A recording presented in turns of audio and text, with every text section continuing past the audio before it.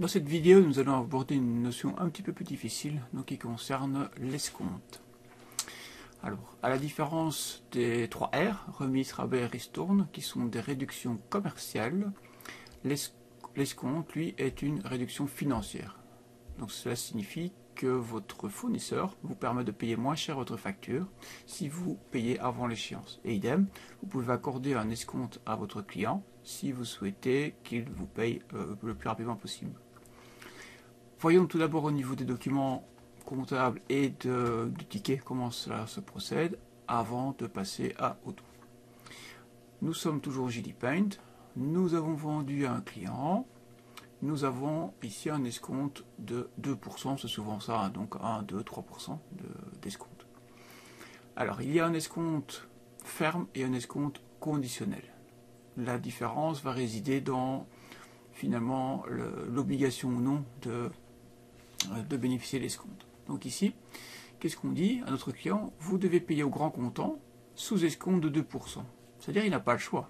Donc il est obligé de payer comptant, donc plutôt que d'avoir une facilité de paiement comme c'est souvent le cas avec des professionnels, donc je ne dis pas un particulier, mais un professionnel, on lui est souvent payé 30 jours fin de mois, des conditions comme ça, on lui dit tiens, eh bien j'ai vraiment besoin de mon argent tout de suite, mais dans ce cas-là, donc je vous donne d'office 2%. Et donc on est dans le cadre ici d'un escompte qui est ferme, donc il n'y a pas le choix. Au niveau de l'enregistrement, on aura notre client. Bien sûr, on va noter le montant total de la facture, ça ne change pas. Au niveau de la vente des marchandises, on va noter le montant ici, le montant hors TVA. La TVA, elle ne change pas. Par contre, on va rajouter une ligne ici, qui est une charge pour nous, puisque ça nous coûte de l'argent, si vous voulez, puisque ça vient diminuer le montant de la vente. Et donc on a une charge d'escompte de créance, 653 000, c'est un nouveau compte. Et on va indiquer le montant de 36,09. Donc au niveau de la vente, on vend bien pour 1804,55 hors TVA, en déduisant évidemment 36,09. Alors notez vraiment au passage, très important, que dans le ticket comptable, le contrôle il est beaucoup plus élevé que ce qu'on a d'habitude le cas, c'est-à-dire de noter simplement le montant du client. Pourquoi? Parce qu'on a une ligne supplémentaire, donc c'est tout à fait normal. Ça va, donc on a bien l'équilibre débit-crédit, ça c'est ce qui est important. Mais donc on n'a pas ici le montant de 2139,84 qui est l'équivalent de la facture là-dessus. Voilà, ça c'est l'écriture comptable, toute simple, avec l'ajout au fait d'une charge d'escompte.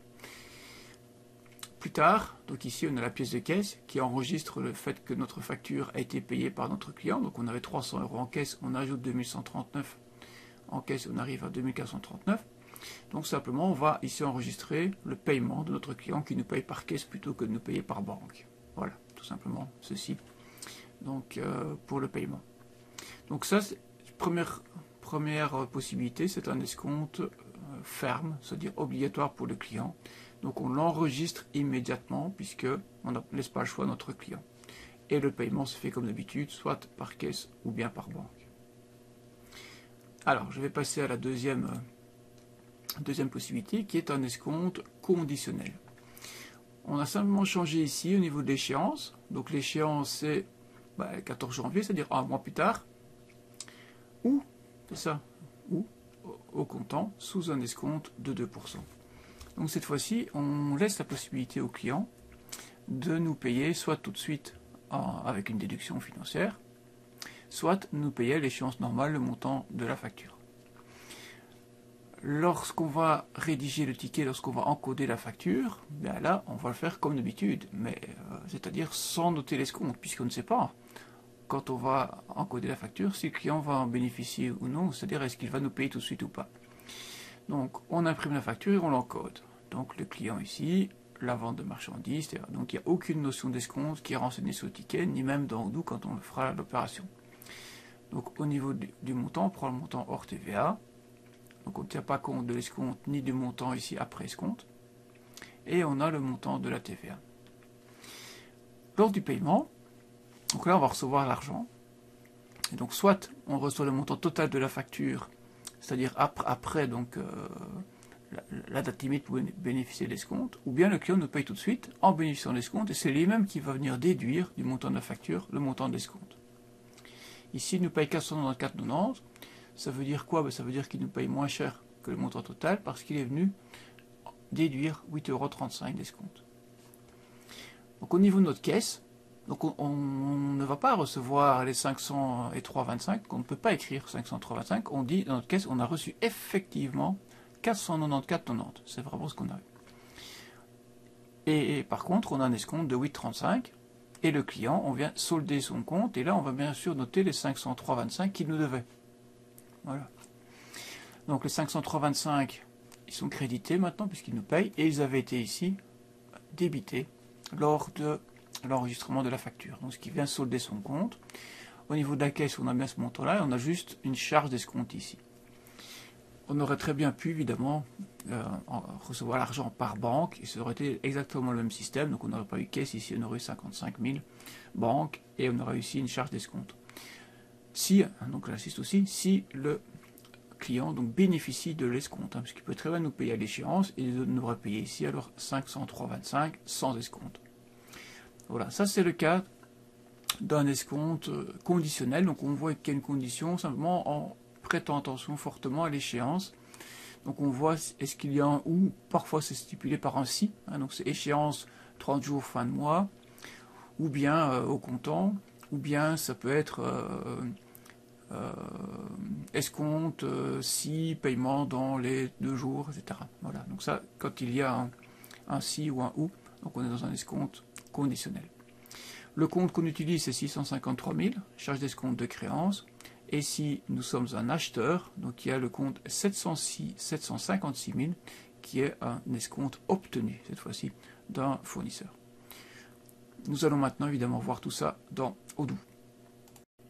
Nous allons devoir ici vérifier la présence de 2 comptes, donc des comptes d'escompte, donc 653 et 756 000. Et nous allons également devoir préparer la réconciliation par le paiement, donc par caisse ou par banque. Donc je vais voir dans configuration dans les plans comptables. Donc je vais voir si j'ai ici le compte 700. Je vais voir s'il est là.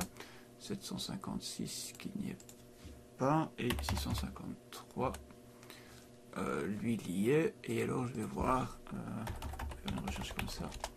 Escompte, donc il est pas en fait le 756 000.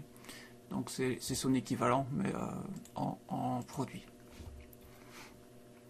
Je vais voir un peu dans le 735 ce qu'il y a. Produits financiers, carte de devise. Ah si, le 757 ici. 757 dans Odoo. Ouais, encore. C'est un discount, c'est pas un discount. On va créer le 756 000. Donc je vais donc créer un nouveau compte. Donc je vais éditer ici celui-ci, action, dupliquer. Et je vais ici configurer la copie. Copie ici, configurer. Voilà. Donc 756 000. Donc c'est un escompte obtenu. Voilà.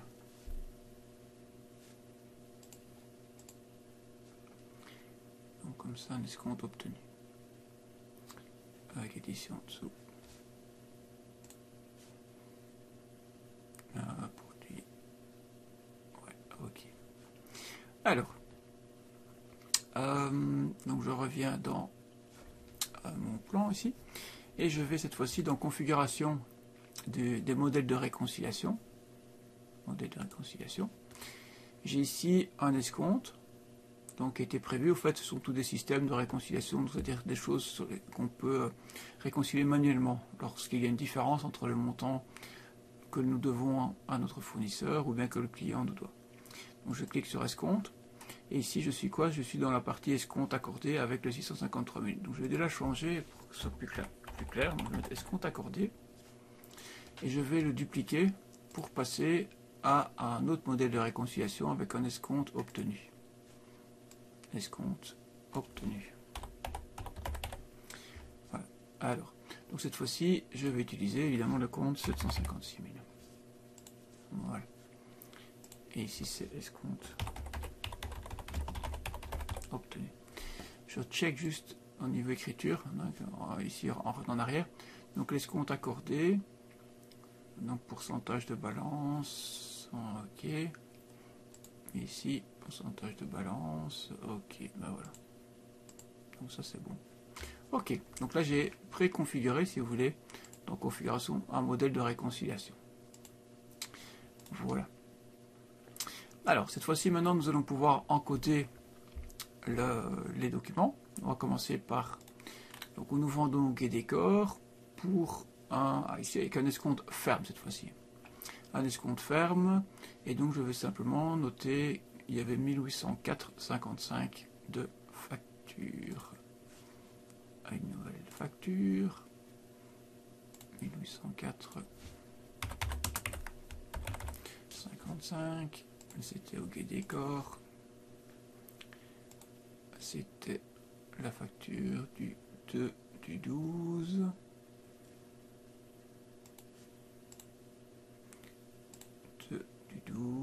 L'échéance c'était un paiement immédiat parce qu'il y a un escompte.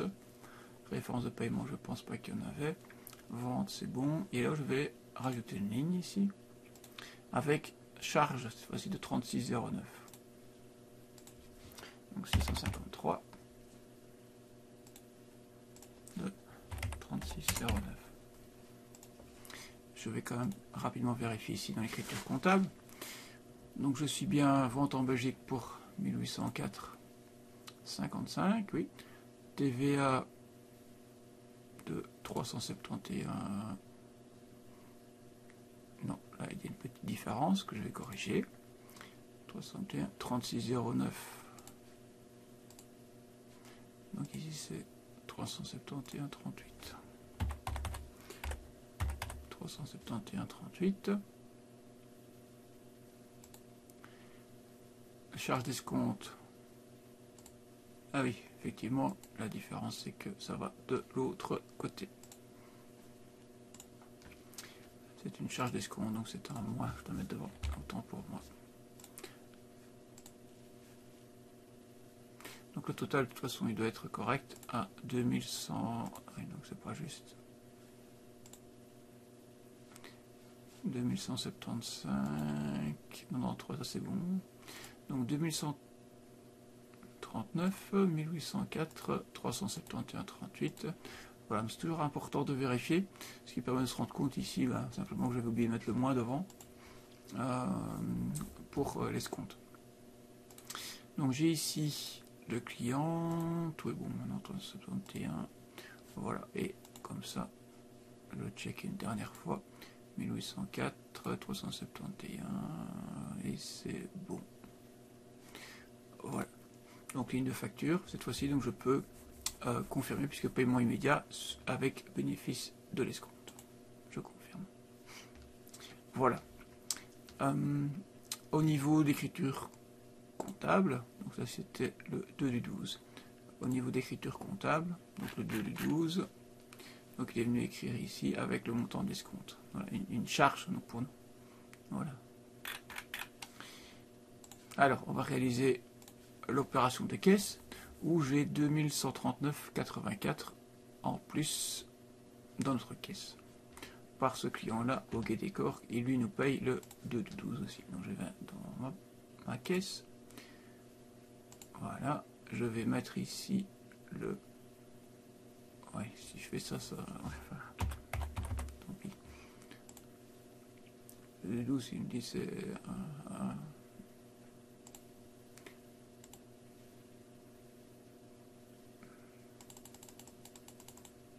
Oui, 2 du 12, 22, et non pas 23.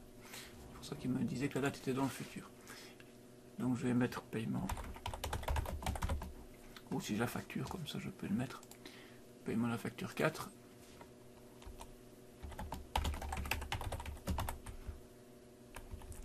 Voilà. Le partenaire c'est au GetDécor qui nous paye et il nous paye. Donc lui le montant total de 2139,84.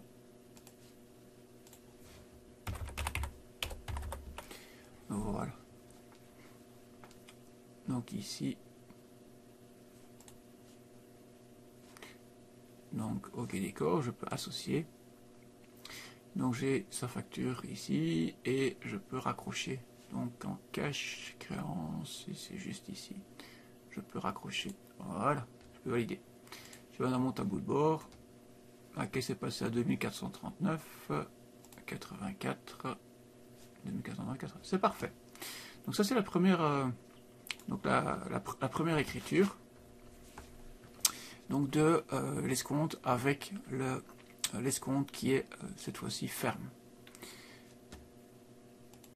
Pour l'escompte conditionnel, c'est un peu différent, mais on va toujours commencer par encoder la facture, puisque ça ne change pas.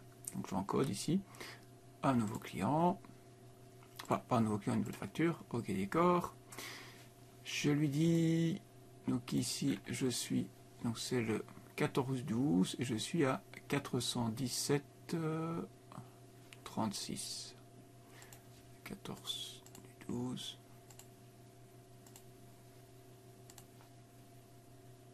417,36. Voilà. Alors j'ai 85,89. Et là je vois que j'ai une différence. Donc au niveau de la TVA. Donc je vérifie quand même. Donc j'ai bien 503,25 en tout. J'ai bien 417,36. Je ne tiens pas compte de l'escompte. Et la TVA est de 85,89. Donc ici, je vois que j'ai une différence. Alors, ça c'est simplement parce que dans le cadre d'un escompte conditionnel, eh bien, donc on a déjà calculé, on a déjà déduit, si vous voulez, l'escompte.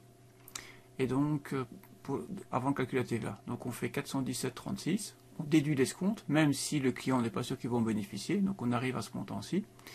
Et puis donc on ajoute la TVA. Donc tout ça, je reprends ici dans le calcul de la facture. Donc ceci c'est sur le site du ministère de l'économie, où on explique clairement donc comment on calcule au fait le montant d'une facture. Donc on prend, c'est logique, donc le prix unitaire ici, fois la quantité de chaque article, quantité fois le prix, hors TVA. On déduit tout ce qui est remise, rabais, ristourne, et on a ce qu'on appelle une totalisation par taux de TVA. À ça, on ajoute donc les frais, évidemment les frais de transport, les emballages non repris, les autres frais accessoires. Et la TVA, on le calcule sous le point 3. Donc 1, 2, 3, c'est-à-dire on le calcule sur les quantités fois le prix en ayant déduit les 3R. Donc calculer ce point 3, si avant escompté. Donc ça veut dire qu'on doit enlever l'escompte. Et donc c'est pour ça que même si le client ne bénéficie pas de l'escompte, tant pis, donc on doit quand même le déduire lorsqu'on rédige sa facture.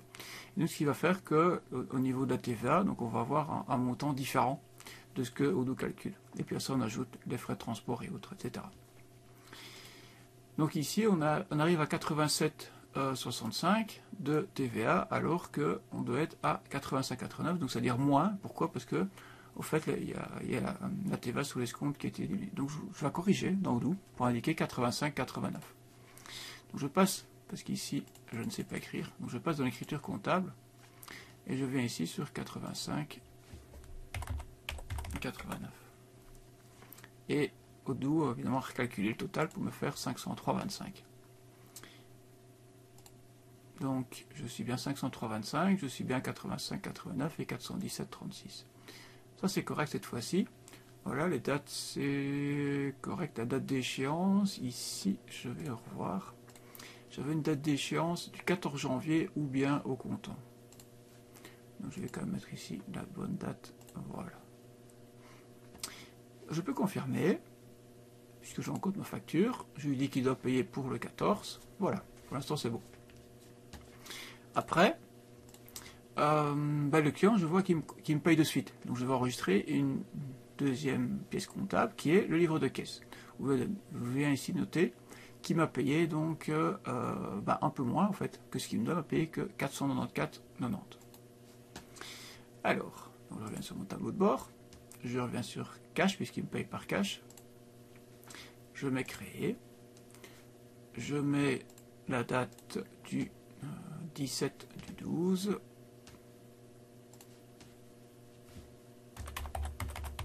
Voilà. Je mets paiement facture.